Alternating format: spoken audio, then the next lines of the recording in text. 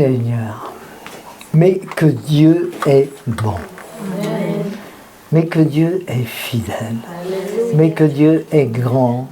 Mais que notre Seigneur est digne d'être adoré. Quand nous entrons dans l'adoration,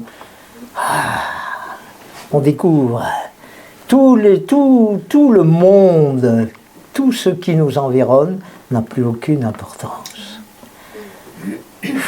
Le Seigneur est merveilleux. Amen. Il est merveilleux et en plus de ça, il est celui qui nous aide, il est celui qui nous instruit, il est celui qui nous a créés. Et inévitablement, comme il nous a créés, il sait exactement ce qui est bon pour nous. J'ai eu qu'un timide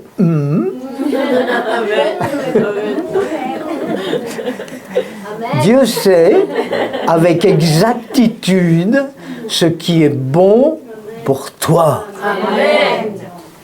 Ça, c'est extraordinaire. Moi, je peux lui faire confiance parce que je sais que ce qui est bon, il me le réserve. Amen.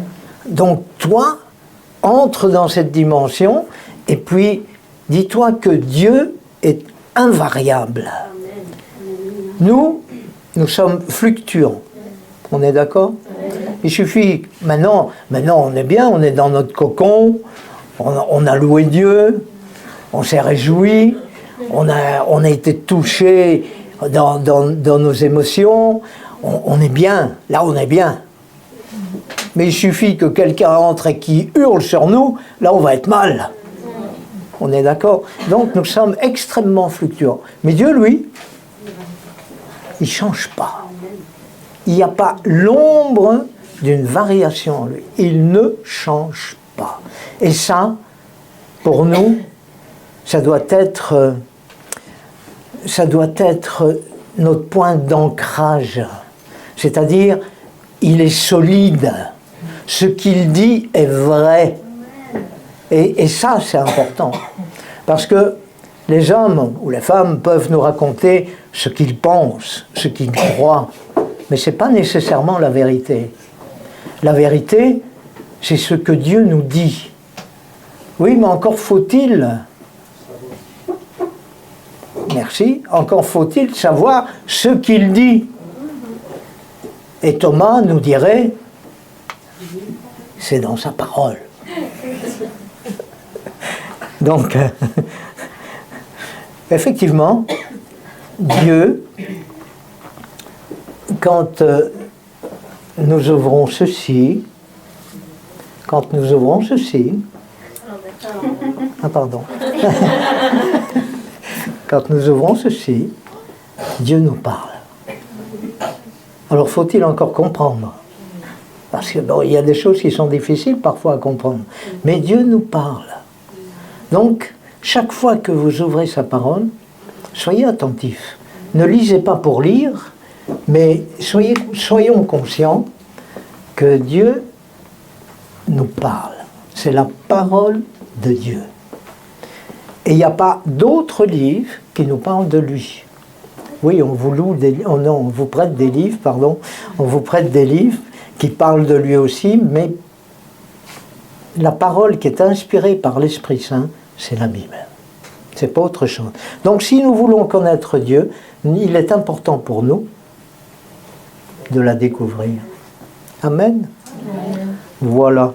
Juste l'effet de notre désir de le découvrir. Alors aujourd'hui, on va lire 4 versets d'affilée. Vous êtes prêts et prêtes? J'ai rien entendu. Oui. Oui. Ok. On va commencer par Jérémie, chapitre 29 et au verset 11. C'est un chapitre qui fait du bien à tout le monde. C'est affiché? Oui. Ouais? Ok. Allez, on y va. Hein. On va prendre tous les versets les uns après les autres. D'accord? Donc après que nous ayons lu celui-là, tu me passes le second, après le troisième et le quatrième. Voici ce que dit Dieu. En effet, moi, je connais les projets que je forme pour vous, déclare l'Éternel, c'est Dieu.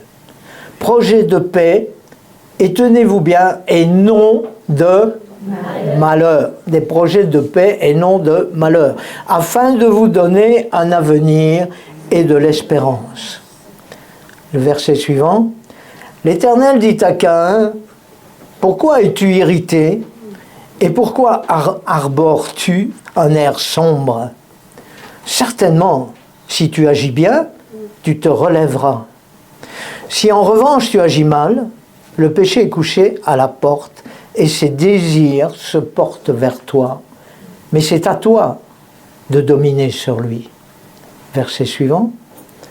Le Dieu de paix veuille vous sanctifier lui-même parfaitement et que tout ce qui est en vous, l'esprit, l'âme et le corps, soit conservé irrépréhensible pour l'avènement de notre Seigneur Jésus-Christ. Et le dernier verset, le voleur vient seulement pour voler, pour tuer et pour détruire.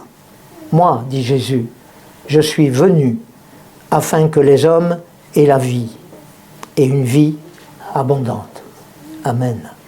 Seigneur, nous te remercions pour ta parole, parce que ta parole est la vérité et que nous voulons nous appuyer sur cette parole et nous voulons la comprendre.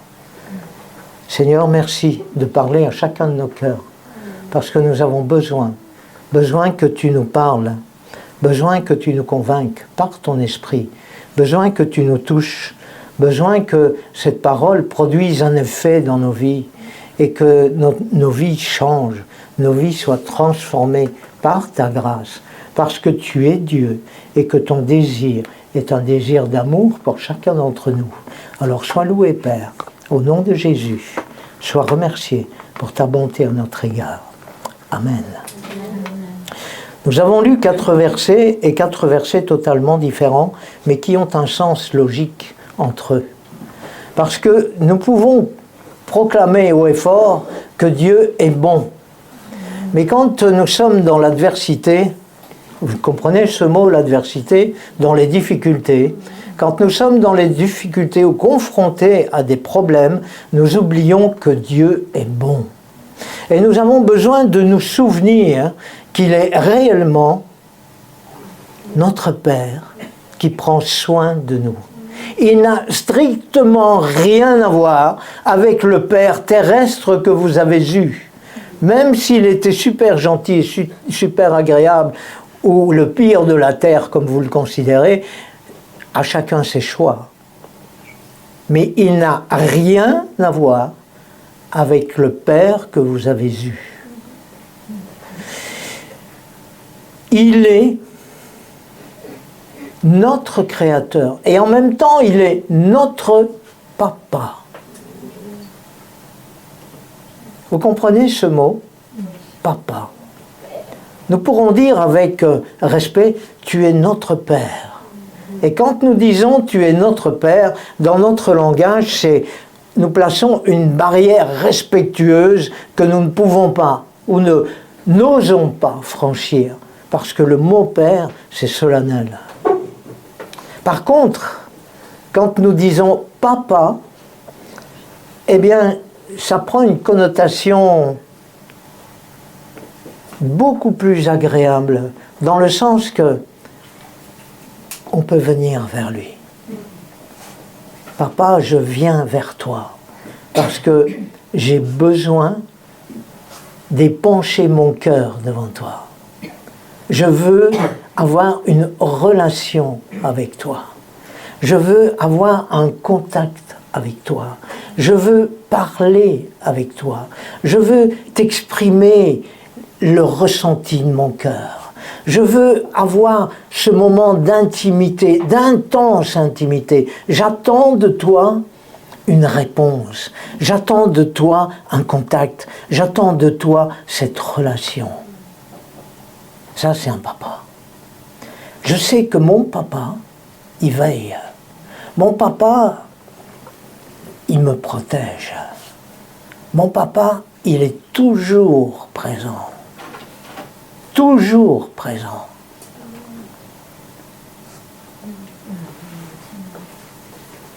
Et c'est extrêmement important. Quand nous avons lu le premier verset, nous avons vu une chose, c'est que Dieu fait des projets de bonheur pour nous.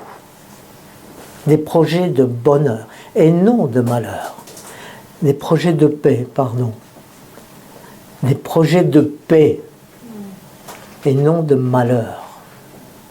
Ça, c'est le désir de ton papa. T'entends bien? Tout ce qui t'arrive de mauvais autour de toi, vient pas de ton papa. Ton papa, il fait des projets de bonheur, des projets de paix et non de malheur. Si tu conserves ça à l'esprit, tu vas pouvoir avancer avec lui. Par contre, si à un moment donné, dans le simple fait de l'oublier et de dire « Qu'est-ce que je t'ai fait pour que ça aille aussi mal ?» Si tu penses comme ça ne vient pas de Dieu. Ça vient de ton ennemi. On a lu aussi, le voleur vient seulement pour voler, pour tuer, pour détruire.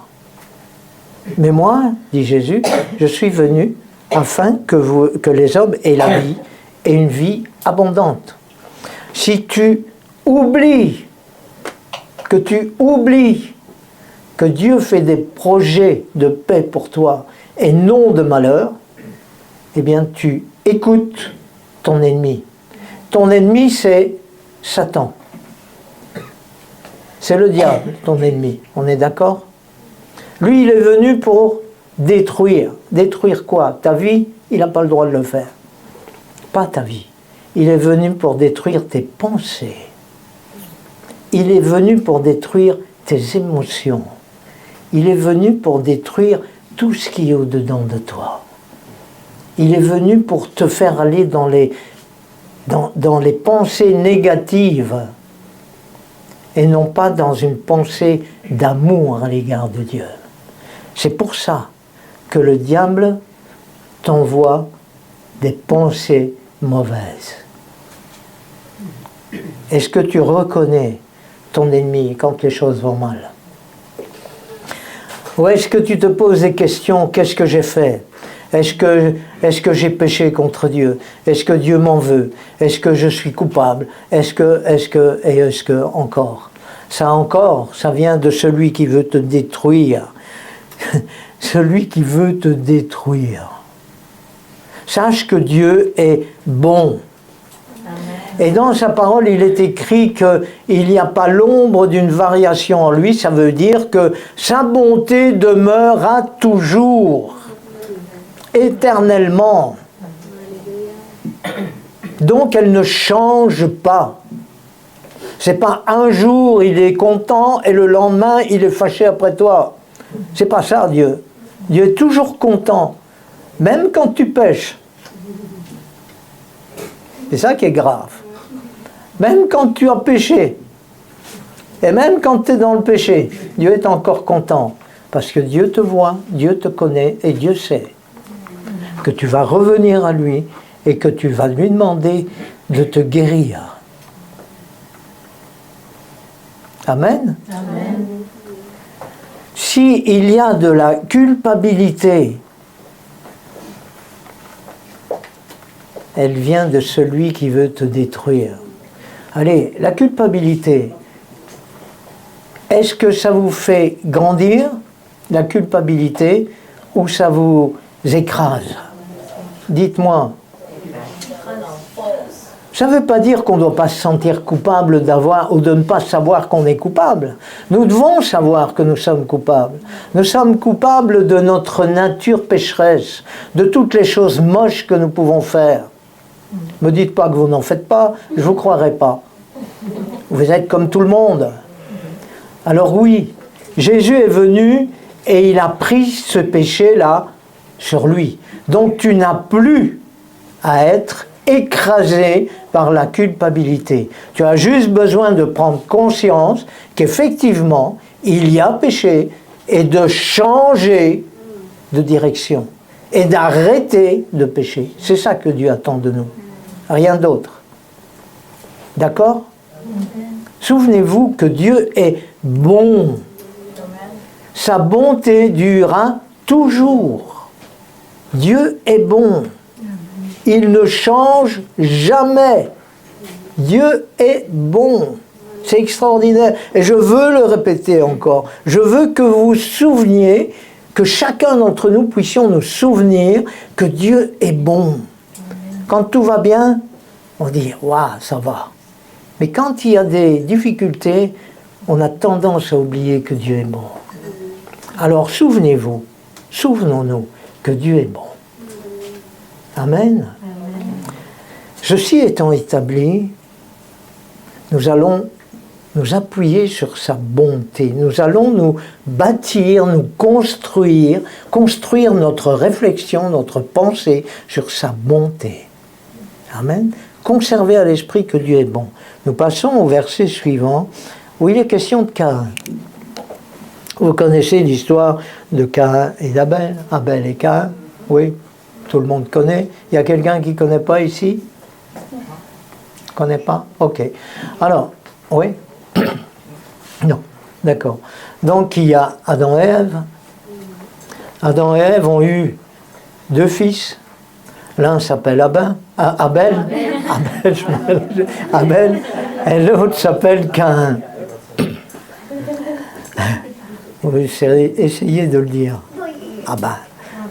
Abel et Caïn.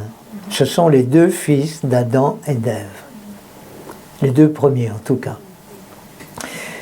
Et voici que Abel, qui est berger, fait une offrande à Dieu, c'est-à-dire il prend un agneau et il le brûle sur l'autel. Il le tue d'abord et le brûle sur l'autel. Aujourd'hui, on ne comprend pas ces choses, mais à l'époque, c'était une offrande qu'il donnait à Dieu. D'accord ? Et cette offrande, Dieu l'a accueillie favorablement. Mais Caïn, lui, il était cultivateur. Donc il a pris ses légumes et il les a offerts en sacrifice à Dieu. Et Dieu ne les a pas acceptés. Parce que, là je vais ouvrir une petite parenthèse, parce que Dieu accepte certaines choses et pas d'autres. Et Caïn et Abel le savaient. Donc Caïn, lui, il a offert ce qu'il a voulu, c'est-à-dire ses légumes. Par contre, Abel a offert ce qu'il avait de précieux. Et il l'a offert à Dieu. Il y en a un qui a offert son cœur et l'autre qui a offert un sacrifice. Abel a offert son cœur, il a donné, tandis que Caïn a offert un sacrifice, c'est-à-dire la religion. La première offrande, celle d'Abel, Dieu l'a accueillie parce que c'est une offrande de cœur. D'accord ? La seconde, c'est Caïn qui a fait un effort pour sacrifier quelque chose qui n'était pas agréable à Dieu. Parce que le cœur n'y est pas et que c'est une obligation. Parce qu'il était obligé, il voulait le faire parce que son frère l'avait fait, il voulait le faire. Donc c'est dans le cadre de la religion. Dieu n'attend pas que vous soyez des religieux, Dieu attend que vous soyez ses enfants, que vous puissiez faire les choses parce que vous l'aimez lui et que vous lui êtes reconnaissant. D'accord ? Ok. Ça c'est pour la... Je ferme la parenthèse, c'est la petite histoire. Tu liras ça dans le début de la Bible, d'ailleurs, dans Genèse. Ok. Dieu dit, tu as affiché le verset, Ronnie, avec Caïn, ok. L'Éternel dit à Caïn, puisque l'Éternel n'a pas accepté l'offrande de Caïn. L'Éternel dit à Caïn, « Pourquoi es-tu irrité et pourquoi arbores-tu un air sombre ?» On s'arrêtera là. Est-ce que ça vous arriverait parfois d'être mécontent, d'être insatisfait? Je sais que parmi vous, vous êtes des saints. Donc, je pose une question à tout hasard, au cas où. Quand vous êtes fâché, est-ce que vous avez toujours votre auréole au-dessus de la tête? Le sourire aux lèvres est prêt à aimer les autres. Dans quel état d'esprit êtes-vous? Fâché, mécontent, râlant, rouspétant. Ça ne vous plaît pas. Et sachez une chose, c'est que même si nous essayons de le cacher, ça se voit. Exactement comme Caïn, où Dieu dit, « Pourquoi es-tu irrité? Pourquoi? Pourquoi arbores-tu un air sombre? » Autrement dit, pourquoi tu fais cette tête? Ah! Et Caïn, lui, il ne dit pas un mot, hein. Il est tellement fâché après Dieu qu'il ne dit pas un mot.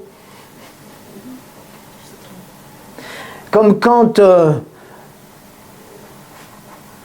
les autres chrétiens, pas nous, les autres chrétiens sont fâchés parce qu'il y a une situation qui ne va pas comme ils l'entendent et comme ils le veulent, alors ils sont fâchés après Dieu, parce qu'ils oublient sa bonté. Ils oublient que Dieu est un Père d'amour.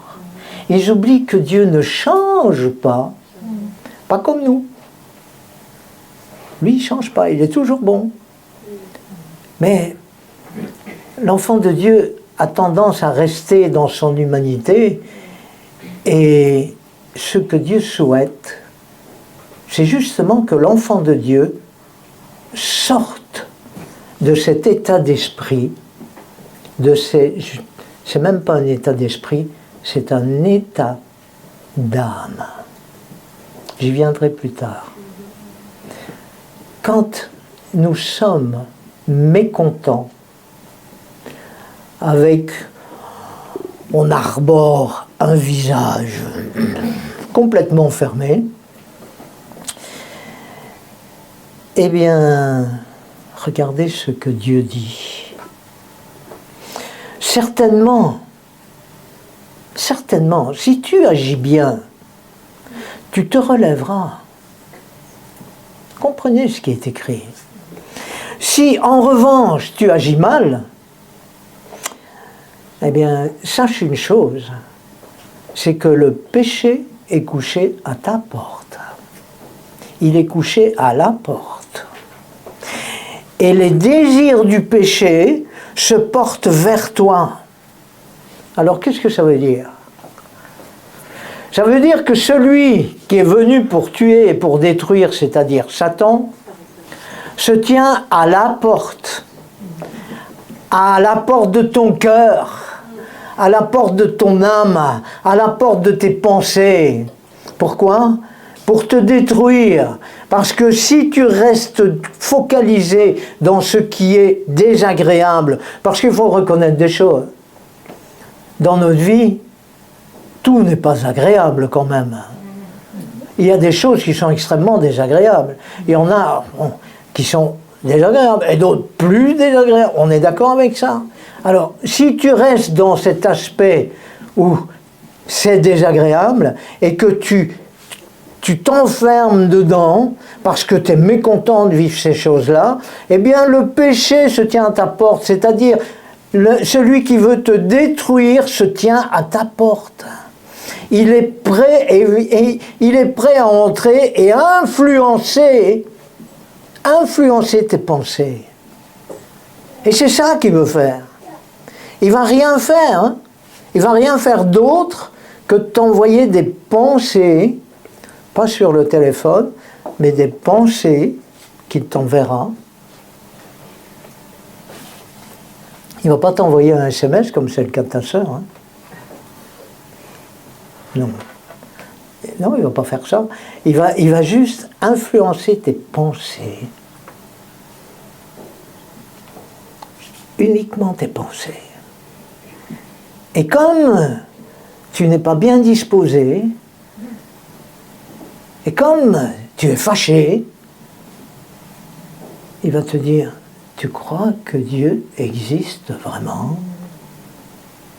Tu crois que tu es dans la bonne religion?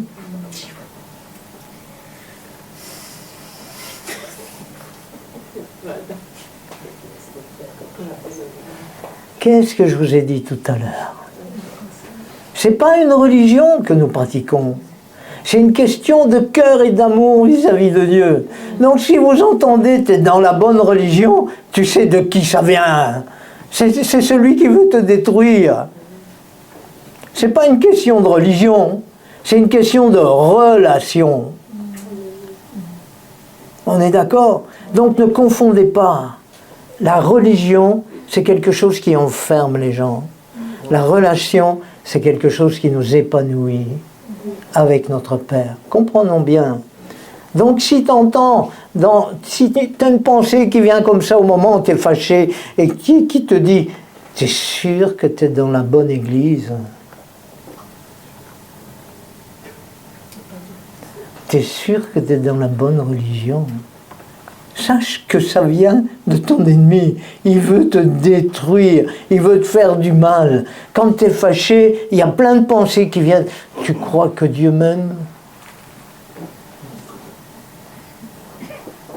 Qu'est-ce que j'ai fait au bon Dieu pour mériter ça? Comment ça se fait qu'il n'intervient pas? Pourquoi je suis aussi malheureux?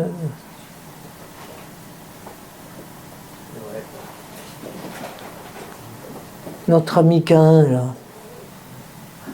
notre ancêtre Ariel, Caïn. Pourquoi tu es fâché, Caïn? Pourquoi tu fais cette tête-là, Caïn? Tu sais que si tu agis bien, ben tu seras heureux. Mais si tu agis mal, tu vas être malheureux. Moi, je fais des projets de bonheur pour toi, je fais des projets de paix pour toi. Mais si tu choisis autre chose que la paix que je veux t'offrir, tu vas être malheureux. Caïn, si tu agis bien, tu vas relever ta tête.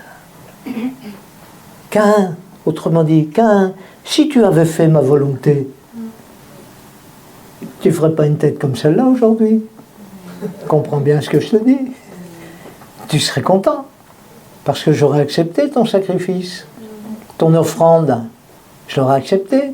Pourquoi tu es malheureux? Pourquoi tu tires la tête? Pourquoi tu fais cette bobine? Pourquoi tu es comme ça? C'est ça que Dieu lui dit. Pourquoi? Pourquoi tu es comme ça? Alors il dit, attention, fais attention, parce que quand tu es dans cet état-là, il y a l'ennemi qui est à ta porte, et lui, il veut te rendre malheureux. Il veut te faire souffrir, il veut te faire croire des mensonges. Quand tu es comme ça, fâché ou mécontent, quand tu fluctues, tu sais quoi? Je vais te donner un conseil. Ça, c'est Dieu qui dit. Hein? Dieu, il dit, domine. Domine sur lui. C'est ça qu'il dit. Il est écrit, le péché est couché à la porte et ses désirs se portent vers toi. Salut ton infirmière pour nous.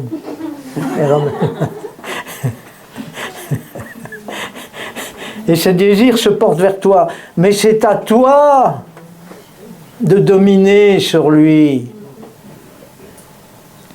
C'est à toi de... Ouais, mais moi je veux bien, hein, mais quand tu es fâché, tu as envie de dominer sur quelque chose, toi, pour être dans la joie. Quand tu es fâché, quand tu es mécontent. Qu'est-ce qu'il a dit? Sur les autres, ouais. C'est pas sympa. Ok. Quand tu es fâché, tu as envie de quoi? Dominer sur le péché? Parce que quand tu te fâches,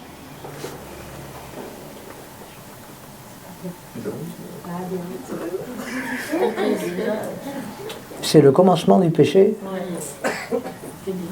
Et ces désirs se portent vers toi. C'est juste le commencement. Et puis, tu vas te rendre compte que si quelqu'un vient te casser les pieds, comment tu vas le recevoir? Tu vas passer ta rage dessus, ton mécontentement, tu vas le... laisse-moi tranquille, j'allais dire. Non, laisse-moi tranquille. Laisse-moi tranquille, va-t'en, etc. Je te réponds pas, je te parle pas. Laisse-moi tout seul. Vous n'êtes pas comme ça, je le sais. C'est pas vous. Non, c'est pas vous. Non. Vous êtes des enfants de Dieu. Vous, c'est pas comme ça. Non. Mais non. Un tout petit peu? Quand même. Ne serait-ce qu'un peu. Un tout petit peu, quoi. Allez, un tout petit peu. Ok. Oui, ça peut nous arriver. Mais quand Dieu dit « domine sur lui », moi ça m'intéresse quand il dit « domine ». Parce que on a deux possibilités. On dit « t'en as de bonnes, toi. T'en as de bonnes. Comment tu veux que je fasse ?» Ou alors on dit « montre-moi. Montre-moi ce que tu veux m'apprendre. » Mais il le dit quelque part, il dit « si tu agis bien, tu vas dominer. Hein. Si tu agis mal, tu vas être fâché parce que je ne vais pas être content. Tu ne vas pas accepter mon refus. Donc, si tu fais ma volonté, tu vas être bien. Si tu ne la fais pas, tu ne rentres pas dans les projets que j'ai pour toi. Et après, quand tu vas rencontrer le malheur, tu vas dire « ah, ben enfin, Seigneur, comment ça se fait ?» Et tu risques de te fâcher avec lui. Alors que, en fait, c'est juste parce que tu n'as pas fait ce qu'il fallait. Caïn, il n'a pas fait ce qu'il fallait, c'est tout. Il aurait dû faire la volonté de Dieu. Cela dépendra de toi. Non pas de Dieu. Dépendra de toi. Et de toi seul. Et c'est pour ça que j'ai pris ce verset qui parle en 1 Thessaloniciens au chapitre 5 et verset 23, il est écrit « Le Dieu de paix veuille vous sanctifier lui-même parfaitement, et que tout ce qui est en vous, l'esprit, l'âme et le corps, soit conservé irrépréhensible pour l'avènement de notre Seigneur Jésus-Christ. » Et je vais m'arrêter à l'esprit, l'âme et le corps. Quand tu es fâché, ou mécontent, ou sous un fardeau, ou sous le poids de difficultés, où est-ce que ça se situe? Dans l'esprit, dans l'âme ou dans le corps? Dites-moi. Dans l'âme. Qui dit l'esprit? Qui lève la main? Personne. Qui dit l'âme? L'âme, ok. Qui dit le corps? Bien essayé. Effectivement, c'est dans l'âme. Pourquoi? Eh bien, parce que l'âme, c'est le souffle de vie. Ça, c'est l'âme. C'est la force vitale qui anime le corps et se montre dans la respiration. C'est d'ailleurs pour ça que le yoga travaille sur la respiration. Toutes les sciences occultes travaillent sur la respiration, parce que c'est une question de l'âme. Donc, attention aux sciences occultes, parce que ça, j'ouvre une petite parenthèse, attention aux sciences occultes, yoga et toute compagnie, c'est hyper dangereux parce que là encore, il y a l'ennemi de ton âme, c'est-à-dire celui qui veut te détruire, qui est à l'œuvre. Je ferme la parenthèse. Donc c'est le souffle de vie, la force vitale qui anime le corps et se montre dans la respiration des animaux et des hommes. La vie, ce dans quoi se trouve la vie, un être vivant, une âme vivante, l'âme est le siège de nos sentiments, de nos désirs et de nos aversions. Avez compris? Aversion, ce que ça veut dire? C'est-à-dire les choses que nous n'aimons pas et qui nous rebutent. D'accord? C'est ça, notre âme. Notre âme, c'est le siège de nos émotions, de nos sentiments, de nos aversions. Ok? Quand il y a quelqu'un qui te dit une chose qui te déplaît, ça se situe où? Dans l'âme. Et Dieu dit, domine sur lui, domine sur tes émotions, domine sur tes sentiments, domine sur tes aversions. Ah oui, celui-là, il sent mauvais, il est assis sur mon trottoir, il est en train de faire la manche, il n'est pas propre, il est désagréable, il n'est pas beau à voir, c'est une aversion. Domine. Est-ce que toi, tu vas rejeter une personne comme celle-là ou tu vas aller vers elle? Domine. C'est ce que Dieu demande. Domine. Et il dit, domine. Domine. Alors oui, moi je veux bien, Seigneur, mais dominer, est-ce que ça va être un effort de ma volonté? Pour dominer, comment est-ce que je vais pouvoir dominer sur mes sentiments? Comment est-ce que je vais pouvoir réagir et dominer sur « je ne suis pas content, je suis fâché, il n'a pas été gentil, c'est désagréable, il m'a mal parlé ou elle m'a mal parlé, elle ne m'a pas regardé, elle ne m'a pas dit bonjour. Elle a marché sur mes pieds, et puis elle est passée comme ça. Je suis fâché. J'arrive le dimanche matin, alors que moi je suis bien disposé, et les autres, ils me font la tronche. Mais qu'est-ce que c'est que ça pour une église? Mais qu'est-ce que c'est que ça pour des gens? Oh oh! Oh oh! Domine! Ah ouais, mais t'en es de bonne, toi. On va m'écraser alors? On va marcher dessus, et je vais devoir jamais rien dire? C'est comme ça l'histoire, et c'est ça que Dieu veut. Bah alors ça sert à rien de vivre avec Dieu parce qu'on va être malheureux tout le temps. N'est-ce pas les filles? Il y en a une qui n'ose même pas me regarder. Allez, sentez-vous libre. Non, nous sommes comme ça.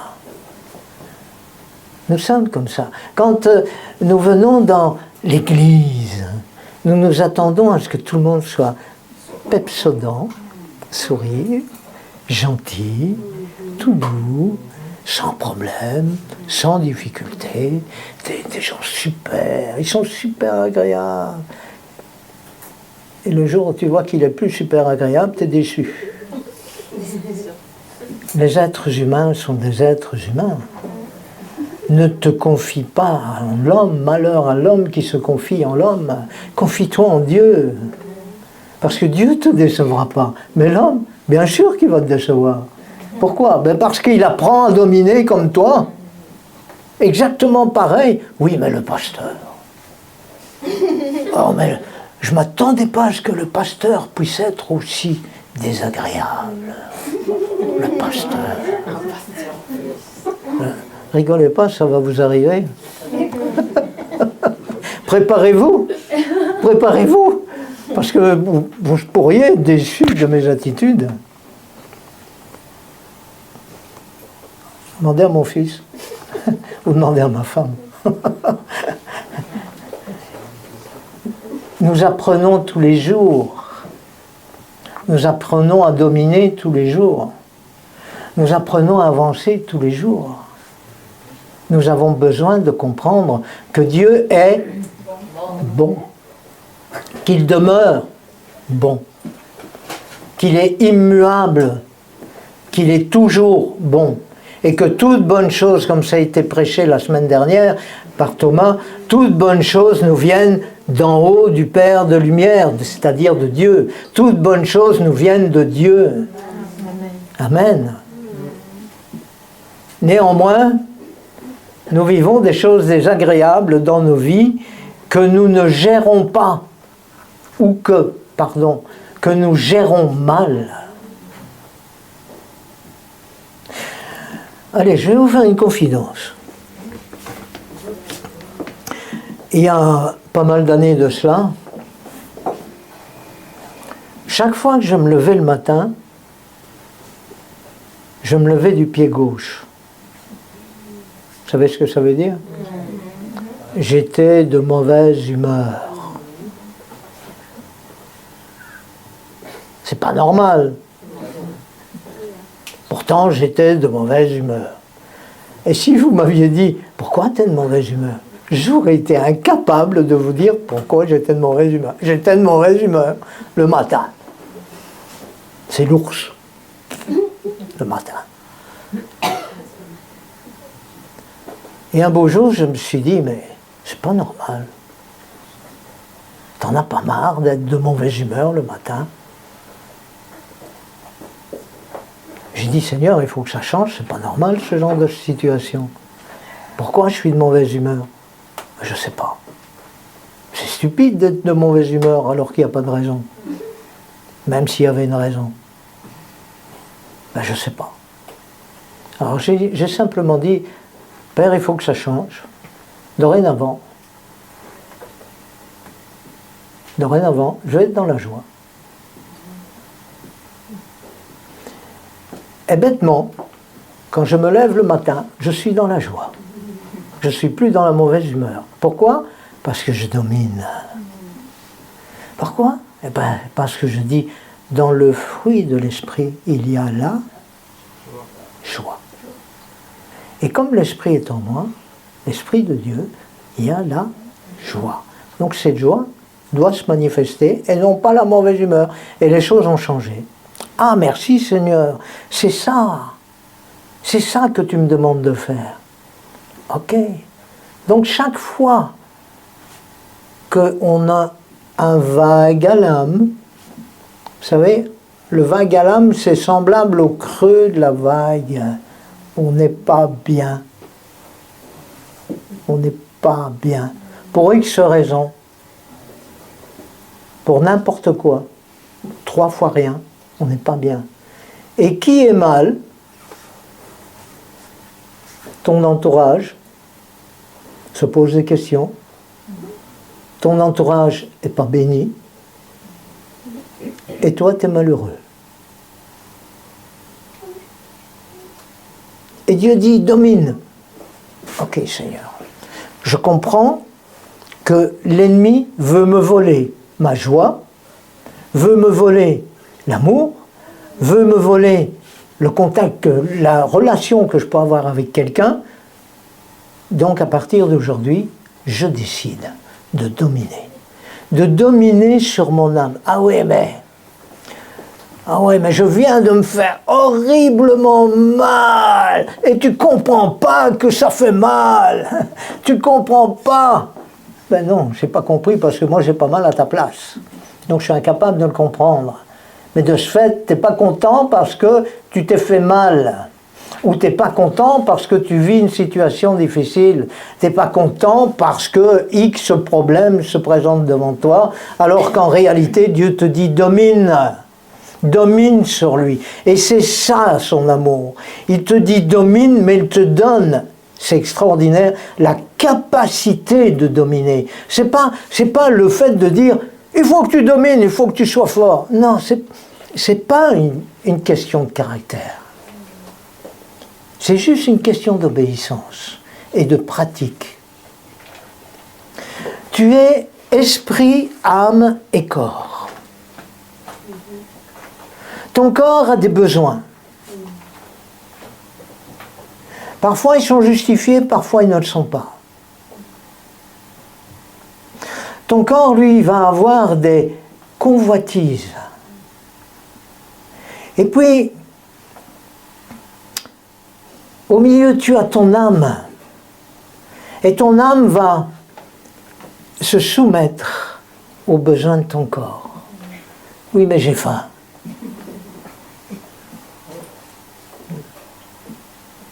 J'ai faim. Ça y est, tu me fais à manger, j'ai faim. Ça, c'est souvent les hommes. Hein. Pas chrétiens.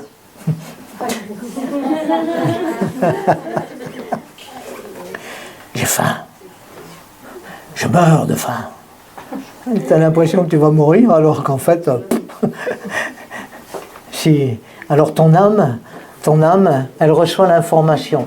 L'information que le corps dit j'ai faim. Donc l'âme, elle commence à accepter que le corps ait faim. Et puis l'âme se soumet au corps. Et puis ça devient un moment pénible. Parce que celui qui est en train de faire le repas, il reçoit toute la pression de l'autre parce qu'il a faim. Et il veut manger, mais il ne trouve pas à satisfaire son appétit. Et puis, il y a l'âme qui fluctue parce qu'elle est mécontente. Il y a un mécontentement qui s'installe. Il y a de la nervosité qui s'installe. Il y a de l'agressivité qui s'installe. Tout ce qui n'est pas divin, en fait, s'installe. Attention, le péché se tient à ta porte. Les désirs du péché se portent vers toi. Toi, domine sur lui. C'est ça qu'il dit. C'est ça le mot d'ordre. Ok, mais alors comment je peux faire? Eh bien, sache que quand tu as dit à Jésus, quand tu lui as dit, je me détourne, entendez bien, hein, je me détourne de tous mes péchés, c'est-à-dire je me repens, je te demande pardon, je me détourne de tous mes péchés, eh bien, je t'invite aussi à devenir mon maître, Seigneur Jésus, à devenir non seulement mon sauveur, mais mon maître, et je me détourne de tous mes péchés. Quand tu as dit ça, tu entres dans le domaine de la nouvelle naissance. Et Dieu, par son esprit, va te faire naître de nouveau. Et à partir du moment où tu es né de nouveau, par l'Esprit de Dieu, eh bien, tu as reçu Dieu en toi. Ce qui fait que, ayant Dieu en toi, tu vas manifester le fruit de l'Esprit, qui est l'amour, la paix, la joie, la patience, la bonté, la bénignité, la fidélité, la douceur, la maîtrise de soi. Ok? Alors, quand tu vas être dans la difficulté, quand tu auras faim, par exemple, tu diras à ton estomac, tu vas te taire un petit peu parce que tu imagines tout de même pas que je vais me soumettre à ça. C'est moi le chef.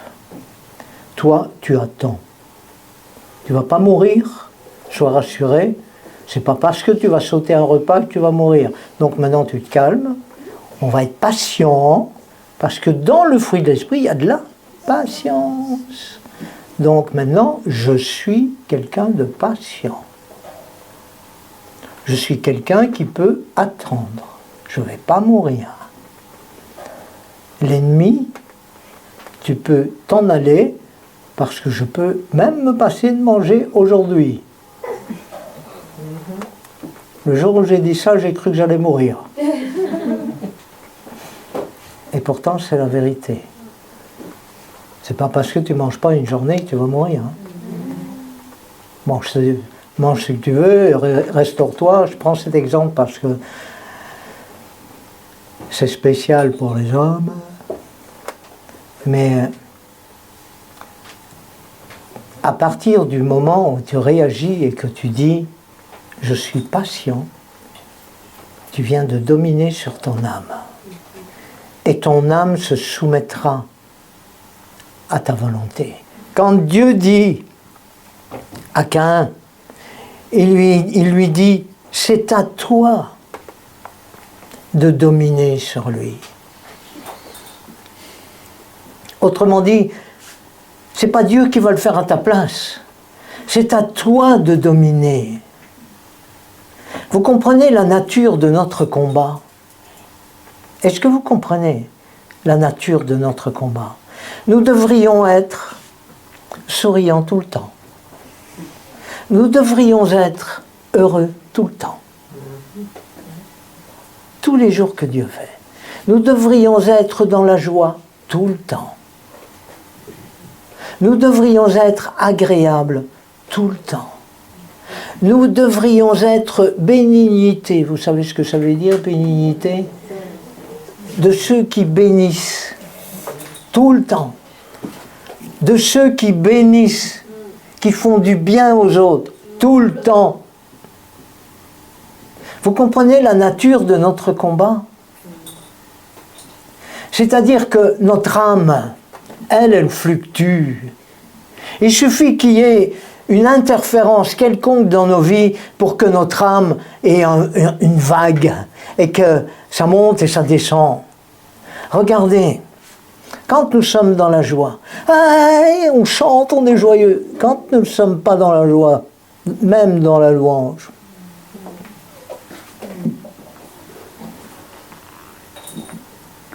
tu es digne de louange. Le cœur n'y est pas, parce que l'âme, elle est complètement étouffée par les problèmes que l'ennemi nous a envoyés. Dieu est bon. Dieu est bon, il nous donne des solutions. Il nous dit, fais, et tu vois, fais comme ça. Je ne sais pas si vous avez constaté comme moi, mais Ronnie, est-ce que tu peux me remettre Genèse 4, s'il te plaît? Il y est, ok. Quand Dieu dit, certainement si tu agis bien, tu te relèveras. Il ne le frappe pas. Il ne crie pas dessus. Il n'est pas en train de lui dire t'es vraiment un ignorant, tu ne vois pas que tu as les possibilités d'y arriver. Allez, fais-le, qu'est-ce que tu fais? Il ne dit pas ça. Il lui dit écoute bien, raisonne simplement et comprends ce que je veux pour toi. Agis bien et tu vas te relever, il n'y a pas de problème. Mais si tu agis mal, c'est sûr que tu vas avoir des ennuis. Voilà notre Dieu. Il n'est pas en train de nous écraser en disant c'est bien fait pour toi parce que de toute façon tu tires la tronche, donc je t'avais dit de ne pas le faire. C'est pas ça notre Seigneur. Notre Seigneur il dit si tu agis bien tu te relèveras. Mais toi domine, redresse-toi, te laisse pas faire. Il dit l'ennemi est là à ta porte, mais te laisse pas faire. T'as pas besoin d'être un Superman, n'est-ce pas? T'as pas besoin d'être un Superman. T'as pas besoin d'être une Superwoman. Fais simplement ce que Dieu te dit de faire et tu vas voir ton bonheur. Alors les projets que Dieu fait pour toi, projets de paix et non de malheur, ben, tu vas les vivre. Seulement si ton âme fluctue tout le temps et que tu la laisses fluctuer et que tu marches en fonction de ton âme et de tes sentiments, de tes émotions et de tes ressentis, si tu fonctionnes comme ça, c'est sûr que tu vas avoir des problèmes. C'est sûr. Maintenant, si tu fonctionnes par la foi c'est quoi? C'est croire dans ce qui est écrit. Si tu fonctionnes dans l'amour, dans la paix, dans la joie, dans la patience, dans la bonté, dans la bénignité, dans la fidélité, dans la douceur, dans la maîtrise de soi. Si tu fonctionnes comme ça, tu as gagné. Tu as gagné. Et c'est ça que Dieu veut. C'est ça les projets que Dieu forme pour toi. Que tu sois dans la paix. Ton Père est bon. Et comme il est bon, il sait ce qui est nécessaire pour nous et il sait comment nous pouvons y arriver. Et aujourd'hui, vous venez de recevoir une clé. C'est la clé. Vous venez de recevoir la clé. Mais sachez une chose, c'est que, ah ouais, ça y est, maintenant je sais comment je peux être, je le sais maintenant. Oui, mais il y a un autre phénomène. Et l'autre phénomène, c'est que ton âme ne va pas changer comme ça du jour au lendemain. Tu vas devoir dominer sur ton âme. Et c'est là où il y a une parole de Dieu qui dit « Soyez vigilants. Soyez vigilants. Faites attention. Vous ne laissez pas glisser dans ce monde. Le monde autour de nous, il veut nous envahir, mais vous ne laissez pas envahir. Parce que le monde, il n'a pas grand-chose à t'offrir, même rien du tout, si ce n'est des choses mauvaises. Mais Dieu, lui, est bon. Et il t'offre les solutions. Il t'offre le moyen d'aller plus loin. Quoi, pour lui plaire? Même pas. Juste pour que tu entres dans des projets de bonheur qu'il a formés pour toi. Dans des projets de paix. Uniquement ça. N'est-ce pas merveilleux? N'est-ce pas sa bonté qui se met en œuvre? Mais ton âme ne va pas l'accepter tout de suite, parce qu'il va falloir que tu combattes un peu, dans le sens que, ah oui, j'ai entendu ce qui était dit, je vais le mettre en pratique et je vais tout de suite être heureux. Quand tu vas le faire, tu vas être heureux. Le jour où tu oublies de le faire, là c'est foutu, parce que tu vas te rendre compte qu'il y a un combat à mener. Il y a une résistance à avoir. Il y a une façon de faire, et ce n'est pas de la religion. C'est juste ce que ton Père, qui t'aime, veut que tu fasses. Amen. Amen. Aujourd'hui, vous avez reçu un mode d'emploi. Et vous allez essayer de le mettre en pratique. Il y a des jours où vous allez vraiment bien y arriver, et des jours où vous allez dire « je suis passé à côté ». Alors, quand vous passez à côté, sachez que ce n'est pas grave. C'est pas grave. C'est juste toi qui récoltes des choses mauvaises. Mais c'est pas grave. Tu as toujours la possibilité de te relever et de changer d'attitude. Tu comprends? Alors, ne t'en veux pas, ne crois pas que tu es coupable, parce que le sang de Jésus a payé. Mais il a tout payé. Absolument tout. Tout ce que tu pourrais te reprocher, tout ce que ton ennemi pourrait te reprocher, tout ce que les autres pourraient te reprocher, il a tout payé. Alors, construis-toi là-dessus. Parce que Dieu est bon. Amen. Seigneur, nous te remercions pour ta parole. Parce que ta parole est vraiment une lumière à nos pieds. Elle éclaire notre chemin, notre sentier, et ça éclaire notre vie. Nous apprenons avec toi des choses importantes. Et nous te remercions parce que tu es bon avec nous. Tu ne nous fais aucun reproche. Mais tu nous instruis, tu nous enseignes. Alors Seigneur, merci. Merci pour ta parole et merci pour la compréhension que tu nous donnes par la puissance de ton Esprit Saint, de nous permettre d'entrer dans ces projets de paix que tu as fait pour nous. Merci Seigneur. Au nom de Jésus, nous te remercions. Amen. Amen.